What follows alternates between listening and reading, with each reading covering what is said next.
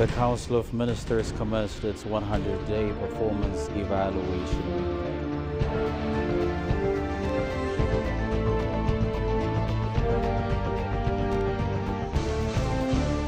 Pakistani ambassador to Ethiopia calls the Ethiopian government to implement the recommendations of the National Dialogue.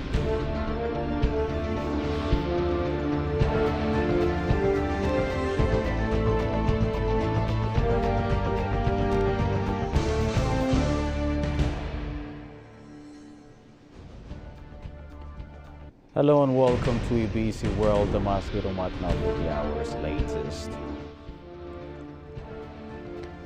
Chaired by Prime Minister Abiy Ahmed, the Council of Ministers commenced its 100-day performance evaluation meeting, initiating proceedings with a comprehensive review of key sectoral performances. In a social media post, the Premier confirmed that the latest review by the Council of Ministers marks the last review of the current Ethiopian fiscal year. He disclosed that the Council will review sectorial performance to assess gaps and build on a strength. Alongside this session, a book chronicling the decisions of the Council of Ministers from Ethiopian calendar 2010 to 2015 was launched. This publication meticulously highlights the pivotal policy decisions formulated during that period, the Office of the Prime Minister disclosed. It is stated that this limited edition prints launched will be disseminated to essential federal and regional institutions, while the digital version will be made publicly available on the Office of the Prime Minister's website.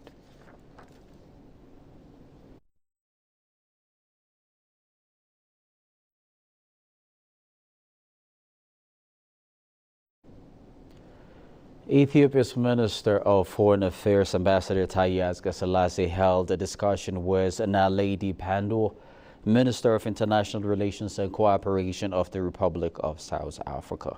The meeting was held on the margins of the 2 days BRICS Ministers of Foreign Affairs and International Relations meeting, which took place in Nizhny Novgorod, the Russian Federation. Their discussion mainly focused on bilateral and regional issues of mutual interest. According to the Minister of Foreign Affairs of Ethiopia, they further exchanged views on how to implement the strategic partnership agreement.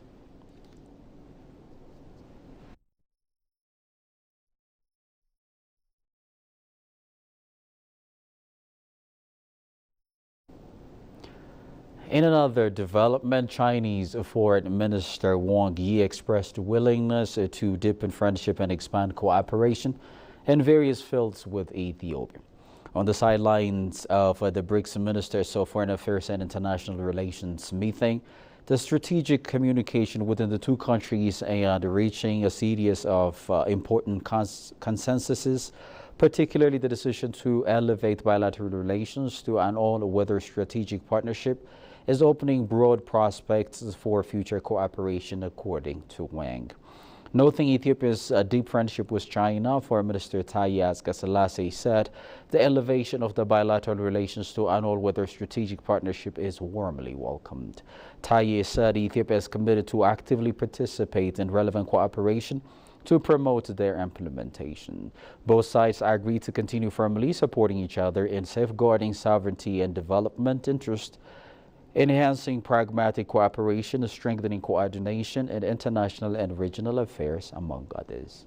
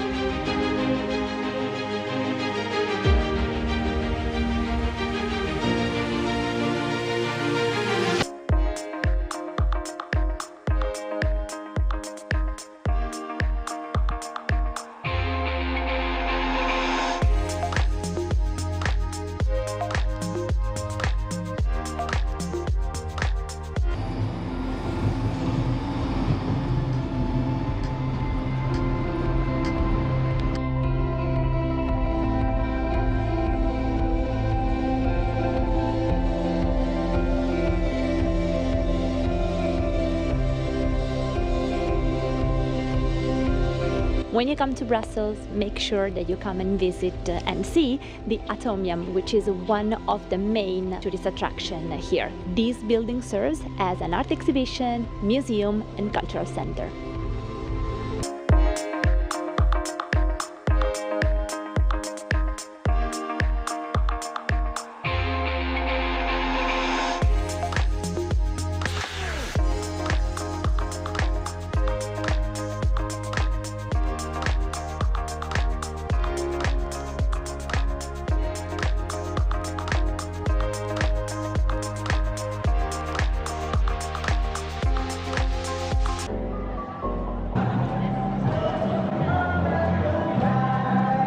Perfectly in time for sunset.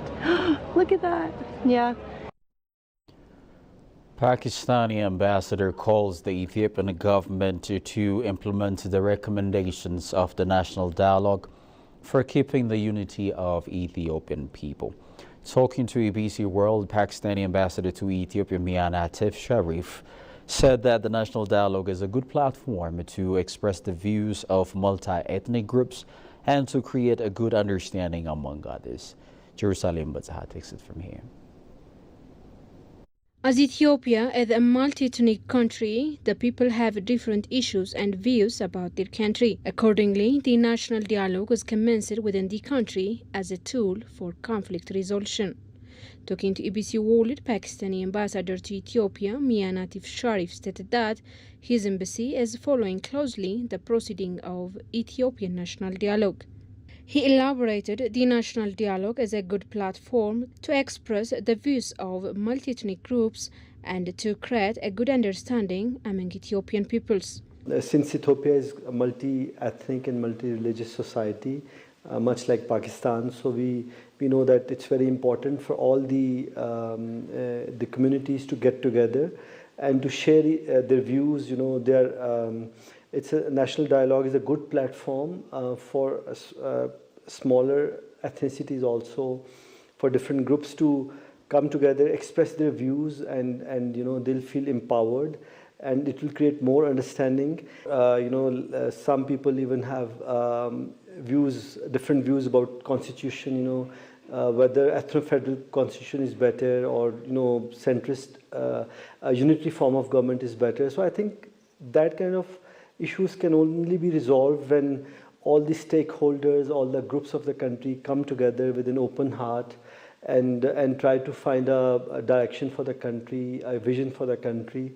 And secondly, as we have seen in the recent past, there have been some unrest also.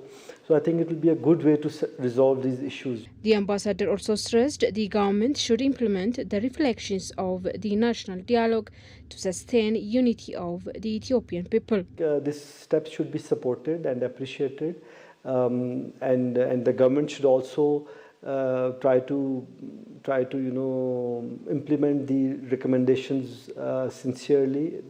That is Ethiopia is such a beautiful country with so much resources, so much. It's a superpower in Africa, and it's only being held back because of these internal, disagreements, differences. So this unity is very important, you know. As his country has a vast experience regarding the national dialogue, he expressed his country's willingness to share its experience. We are willing to share our experience with the federal government of Ethiopia, and if we engage with any political parties, this is our message to all the political parties and groups also, that we have to set aside the bitterness of the past and move forward and think of a solution to run this beautiful country and to find a better future. So, we are willing to share our experiences in this thing. Political parties, representatives of institutions and associations, representatives of the community, influential figures, and other stakeholders should participate in the dialogue with open heart for determination of Ethiopia's destiny, the ambassador noted. Well, before I go, here are the top stories making the headlines. The Council of Ministers commenced its 100-day performance evaluation campaign.